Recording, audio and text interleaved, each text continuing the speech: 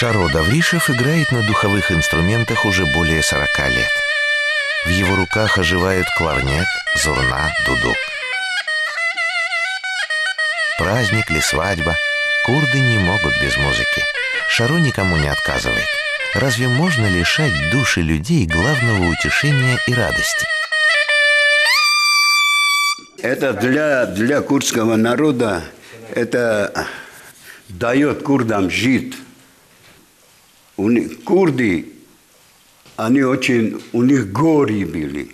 Вот эти османы, мусульмане, турки, мурки, когда нападения были, они убивали, вот это дудук, и их успокаивал.